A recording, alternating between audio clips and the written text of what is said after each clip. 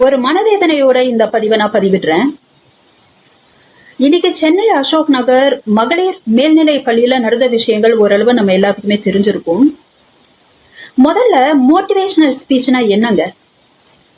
நான் ஸ்பீச் தரேன் அப்படின்ற பேர்ல மாணவ மாணவிகளை அப்படியே அழ வச்சு கண்ணீர் சிந்த வச்சு இதுதான் ஆக்கப்பூர்வமான ஊக்குவிக்கிறதா? ஏன்னா வர வர இதுதான் ட்ரெண்டிங்கா இருக்கு. அந்த மாதிரி நடந்துச்சுன்னா ஐயோ இது ரொம்ப ஹிட்டான மோட்டிவேஷனல் ஸ்பீச்னு சொல்றீங்க. மோட்டிவேஷனல் ஸ்பீச் எப்படி இருக்கணும்னா, மாணவ மாணவிகள் அவங்களுடைய பள்ளியில இருந்து காலேஜ்ல இருந்து கிளம்பும் போது வெளியே வரும்போது ரொம்ப சுறுசுறுப்பா குதூகலமா அவங்களுக்கு தன்னம்பிக்கை அதிகமாகி அடுத்து நம்மளுடைய வாழ்க்கையில இதுதான் இலக்கு அப்படின்னு தன்னை தயார் செய்யக்கூடிய ஒரு பக்குவ நிலைக்கு அவங்கள கொண்டு வருதுதான். என்ன நடந்துட்டு இருக்குன்னு எனக்கு அது புரியல. இன்னைக்கு நான் ஒரு பதிவை பாக்குறேன், அப்படியே மாணவிகள் அப்படியே அழுதுகிட்டு இருக்காங்க. ஒரு ஆன்மீக ஒரு போதனை மாதிரி நடந்துகிட்டு இருக்கு. இவங்கதான் கடவுள், இந்த கடவுள் தான் வந்துட்டு எல்லாமே. இதென்ன சர்ச்சா, தர்காவா, மடமா? ஒவ்வொருத்தருக்கும் ஒவ்வொரு கொள்கைகள் இருக்கும். சிலர் ஆன்மீகவாதிகளா இருப்பாங்க, சிலர் நாத்திகவாதிகளா இருப்பாங்க. அது எதுவுமே நான் தவறு சொல்லல. பொது மேடையில அரசியல் மேடையில பேசுறது வேற. பள்ளிக்கூடங்கள்ல நீங்க போறீங்க, கல்லூரிகள்ல போறீங்க, நீங்க மாணவ மாணவிகள் இளைஞர்களை நீங்க ஃபேஸ் பண்றீங்க. அப்படிப்பட்ட ஒரு தளத்துல நம்ம எவ்வளவு பாதுகாப்பா பேசணும்? ஃபர்ஸ்ட் அறிவியலை நம்ம வந்துட்டு இளைஞர்களுக்கு ஊட்டணும், கரெக்டுங்களா? நம்மளுடைய மோட்டிவேஷனல் ஸ்பீச் எப்படி இருக்கணும்னா, நம்ம தலையில இருக்கிற கொள்கையா அவங்க கிட்ட திணிக்கிற மாதிரி இருக்கக்கூடாதுங்க. அவங்களுடைய பகுத்தறிவை வளர வளர எப்படி யூஸ் பண்ணி அவங்களுக்கு இந்த கொள்கை தான் கரெக்ட் அப்படின்னா அவங்க செலக்ட் பண்ணக்கூடிய அளவுக்கு அவங்க பகுத்தறிவை அறிவியல் மூலமாவும் சரி, நன்னடத்தைகள் மூலமாவும் சரி, எப்படி அதை நம்ம வந்துட்டு ஒரு வரைமுறைக்கு கொண்டு வர்றது அப்படின்றதானே நம்ம இளைஞர்களுக்கு பண்ண வேணும்.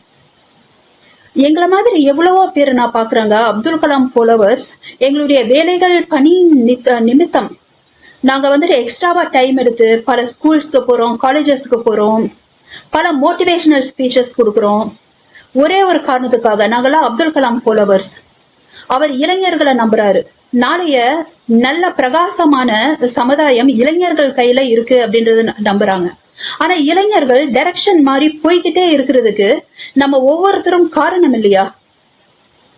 அரசாங்கம் தான் இதெல்லாம் பண்ணணும் அப்படின்ட்டு நம்மளை சுத்தி என்னென்ன நடந்துட்டு இருக்குது, ஏன் நம்ம அதை கேள்வி கேட்க மாட்டோம்? இந்த ஒரு காரணத்துக்காக மட்டும் நான் வந்துட்டு பொங்கி எழலைங்க. நிறைய பிரைவேட் ஸ்கூல்ஸ் காலேஜஸ்ல நான் பாக்குறேன், ஏதாவது ஒரு ஈவெண்ட் நடத்துவாங்க, ஏதாவது ஃபேஷன் ஷோ, இல்ல technical symposium, software symposium, induction event அப்படின்னு சொல்லிட்டு கெஸ்ட்ல யார் யாரை கூப்பிடுறாங்க தெரியுங்களா? இன்ஸ்டாகிராம் ரீல்ஸ் போட்டு பாப்புலர் ஆனவங்க, யூடியூப் ஷார்ட்ஸ் போட்டு பாப்புலர் ஆனவங்க. என்ன நடந்துட்டு இருக்குது?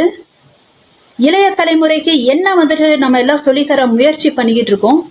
அதுக்கு கேட்டா வர்ற பதில் என்ன அப்படின்னா, இல்ல மாணவிகள் வந்துட்டு இவங்க வந்தாதான், கெஸ்டா வந்தாதான் ஹாப்பியா இருப்பாங்க. ஏங்க அப்ப நம்ம வந்துட்டு புரிய வைக்க வேணாம்? அது எல்லாமே மாயையான உலகு. கடைசியா நம்மள வந்துட்டு காப்பாற்றக்கூடிய ஒரு விஷயம் நம்மளுடைய அறிவு. அது படிப்பு நமக்கு தரும் அப்படின்ற அந்த ஒரு புரிதலை ஊட்டுறதை விட்டுட்டு இதெல்லாம் வந்துட்டு இளைஞர்கள் டிமாண்ட் பண்றாங்க. நாங்க இந்த இன்ஸ்டாகிராம் செலிபிரிட்டிஸை நாங்க கூப்பிடுறோம். இது வந்துட்டு ஒரு சம்பவம் இல்ல. ஏன்னா நாங்க வந்துட்டு பல இடங்கள் நாங்க போயிட்டு இருக்கோம். குட் டச் பேட் டச் கொடுத்துட்டு இருக்கோம், ட்ரக் அவேர்னஸ் ஈவென்ட் கொடுத்துட்டு இருக்கோம். அவ்வளவு வந்துட்டு என்னன்னா கண்ட ரத்தம் வராத ஒரு குறை. சில சம்பவங்கள்லாம் பாத்தீங்கன்னா சில பள்ளிகள்ல அந்த கிளப் இந்த கிளப் அப்படின்னு சொல்லிட்டு கொடியேற்றிட்டு இருக்காங்க. ஒரு பள்ளியில யாரு கொடியேற்றணும்? பிரின்சிபல். ரொம்ப தவறான விஷயங்கள் நடந்துட்டு இருக்கு. இன்னைக்கு வந்துட்டு அமைச்சரும் சரி, முதலமைச்சரும் சரி, அவங்க தரப்பு விளக்கத்தையும் கொடுத்துட்டாங்க. அவங்க இன்னும் 2 நாளுக்குள்ள ஆக்ஷன் எடுக்கிறேன்னு சொல்லிட்டாங்க. ரொம்ப நல்ல விஷயம். அதே சமயத்துல இந்த பிரின்சிபலை வந்துட்டு டிரான்ஸ்பர் பண்ணாங்கன்றது ரொம்ப நல்ல விஷயம். இன்ஃபேக்ட் என்னன்னா அந்த பதிவை பார்த்தா ஒண்ணு தெரியுது, அந்த பிரின்சிபல் ரொம்ப இம்மெச்சூர்டா முதல்ல நான் மோட்டிவேஷனல் ஸ்பீக்கரை கூப்பிட்டுட்டு அதுக்கப்புறம் இல்ல நீங்க இதை பேசுங்க அதை பேசுங்கன்னு அங்க வந்து கூப்பிட்டு உட்கார வச்சு சொல்லிட்டு இருக்காங்க. இதெல்லாம் எங்க நடக்கும்? ஒரு விழாவை அரேஞ்ச் பண்ணிட்டு அதுக்கப்புறம் ஒரு மோட்டிவேஷனல் ஸ்பீக்கரை கூப்பிட்டு உட்கார வச்சு நீங்க இதை பேசுங்க அதை பேசுங்கன்னு பேசுவாங்களா? ஒருத்தரை கூப்பிடுறதுக்கு முன்னாடியே அவங்க பேக்ரவுண்ட் என்ன, ஏது, எதை சார்ந்து பேசணும் அப்படின்ற அந்த ஒரு எக்ஸ்பெக்டேஷன் செட் பண்ண மாட்டாங்களா யாருமே? அதனால அவங்கள டிரான்ஸ்பர் பண்ணது கரெக்டான ஒரு முடிவு தான்.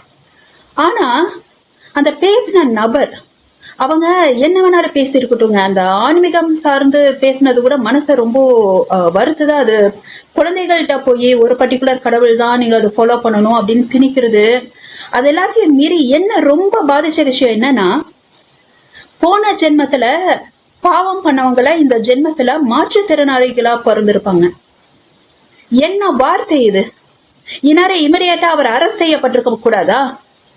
அதாவது இப்ப நான் 4 செவத்துக்குள்ளேயோ இல்ல என்னுடைய நண்பர்கள் கிட்டயோ இல்ல வந்துட்டு இப்ப நான் ஏதாவது ஒரு கட்சியில இருக்க, இயக்கத்துல இருக்க, எங்களுக்குள்ள நாங்க பேசிக்கிற பாவம் புண்ணியம் கர்மா அதனாலதான் கை முடமாயிருச்சு கால் முடமாயிருச்சு, அது ஏதோ உள்ள வந்துட்டு பேசிக்கிறது வேற. இன்ஃபேக்ட் அதுவே தவறு. இந்த மேடையில இருந்துட்டு இளைஞர்களுக்கு நம்ம என்ன சொல்லி தரணும், அந்த மேடையில மாற்றுத்திறனாளிகள் பாவம் பண்ணனாலதான் அவங்க இப்படி வந்துட்டு பிறந்திருக்காங்க, இது என்ன வார்த்தை இது? இன்னாரு ஏன் அவங்க அரெஸ்ட் செய்யப்படல?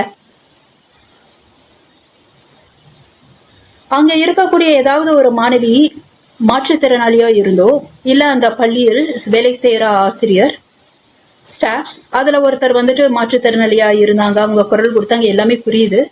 அவங்களுடைய ஃபீலிங்ஸ் என்ன ஆகும்? அப்போ அங்க வந்து உட்கார்ந்துட்டு இருக்கிறவங்க இவங்க வந்து தெரியாதனமா கூட கூப்பிட்டு இருந்திருக்கலாம். ஆனா நம்ம அந்த பிஞ்சு குழந்தைகளை நம்ம அது பார்க்கும்போது வளர்ந்துட்டு இருக்கிறாங்க. அவங்க எல்லாம் இப்ப அடுத்த காலேஜஸ் அடுத்த லெவல் போவாங்க, அடுத்து ஒவ்வொருத்தர் பெரிய தலைவர்களா கூட ஆகலாம். அவங்கள பார்த்து இந்த ஒரு விஷயம் பேசலாமா? நிச்சயமா அவங்க வந்துட்டு ஏதாவது ஒரு சீனியர் அத்தாரிட்டிஸ் இல்லாம எந்த ஒரு ஸ்கூல்லயும் சரி காலேஜஸ்லயும் சரி அந்த ரெஃபரன்சஸ் இல்லாம உள்ள வர முடியாது. அதை நிச்சயமா தெரிஞ்சுக்கணும். இதை நான் ஏன் அதை சொல்றேன் அப்படின்னா, பல தரப்பு மக்கள் நாங்க வந்துட்டு தினம் தினம் பார்த்துக்கிட்டு இருக்கோம். சிலர்லாம் எப்படின்னா ரொம்ப முக்கியமான பிரமுகர்கள்ட்ட எல்லா பிக்சர்ஸ் எல்லாம் எடுத்து வச்சிருப்பாங்க. சிலர் என்ன அப்படின்னு பாத்தீங்கன்னா இந்த கவர்மெண்ட் ஆபீசர்ஸ் எல்லாம் இருப்பாங்க. இப்ப இவர் வந்துட்டு எஜுகேஷனல் ஸ்பீச் அப்படின்னா இந்த மாதிரி நான் இவரை வந்துட்டு நான் குறை சொல்லலை, ஏன்னா இவருடைய பேக்ரவுண்ட் தெரியாம நான் குறை சொல்லக்கூடாது. ஆனா சிலர் என்ன பண்ணுவாங்க அப்படின்னு கேட்டா, சில முக்கியமான கல்வி அமைச்சர்களோட போட்டோ எடுத்துப்பாங்க, கல்வி செயலாளர்களோட போட்டோ எடுத்துப்பாங்க. கடைசியில இந்த போட்டோவை காமிச்சிட்டு எப்படி வேணாலும் வந்துட்டு உள்ள வந்து என்ன வேணாலும் பண்றதுக்கான வாய்ப்புகள் இருக்கு. நிறைய போலீஸ் ஆபீசர்ஸோட எல்லாம் வந்துட்டு ரொம்ப சீனியர் ஆபீசர்ஸ் எல்லாம் என்னடா அது இவங்களோட நிக்கிறாங்க அப்படின்றது பார்ப்போம். ஏதோ அந்த சமூக ஆர்வலர்னு வச்சுட்டு இருப்பாங்க, இல்ல அறக்கட்டளைன்னு வச்சுட்டு இருப்பாங்க. கடைசியில அவங்க வாழ்வாதாரம் என்ன பண்றாங்கன்னு கொஞ்சம் புரட்டி பார்த்தா அது வந்து ரொம்ப ஆச்சரியத்துக்குரியதா இருக்கு. எப்படி இவங்க எல்லாம் வந்துட்டு ரேப்போ கிரியேட் பண்ணி அப்படியே எல்லா ஆபீசர்ஸோடையும் போட்டோ எடுத்து வச்சுக்கிட்டு அது வந்து தன்னை காப்பாத்திக்கிறதுக்கு நிறைய பேர் பண்ணிக்கிட்டு இருக்காங்க. சோ நம்ம ஒருத்தரை ஒரு விஷயத்துக்கு இன்வால்வ் பண்ணும்போது ரொம்ப முக்கியமா மாணவர்கள்ட்ட இளைஞர்கள்ட்ட நம்ம ஒருத்தரை இன்வால்வ் பண்ணும்போது அவங்களுடைய பேக்ரவுண்ட் என்ன, சும்மா எல்லாத்தரும் போட்டோல இருக்காங்க அப்படின்றதுனால அவங்க குவாலிஃபைடு கிடையாது. யார் ஆக்சுவலி குவாலிஃபைடு, யார் வந்துட்டு வித் மெரிட். மோட்டிவேஷனல் ஸ்பீக்கர் அப்படின்றது வந்துட்டுங்க இந்த வெளிநாட்டுல எல்லாம் யாரோ வந்தெல்லாம் பேச முடியாதுங்க. அதுக்குன்னு தனி சர்டிபிகேஷன்ஸ் இருக்கு, பர்சனாலிட்டி டெவலப்மெண்ட் ட்ரெயினர்ஸ் இருப்பாங்க. இங்க வந்துட்டு யார் வேணாலும் பேசலாம் அப்படின்ற மாதிரி ஆயிடுச்சு. There is no proper qualification. அதனால நான் ரொம்ப மனசு வேதனையோட நான் பதிவை முடிக்கிறேன். அரசாங்கம் இந்த சம்பவத்தை மேலும் இன்வெஸ்டிகேட் பண்ணுங்க. அதனுடைய அந்த ரிப்போர்ட்டை பிரஸ் மீட்ல நிச்சயமா கொடுங்க. எங்களை மாதிரி பல நபர்கள் அதுக்காக அவளோட வெயிட் பண்ணிட்டு இருக்கோம்.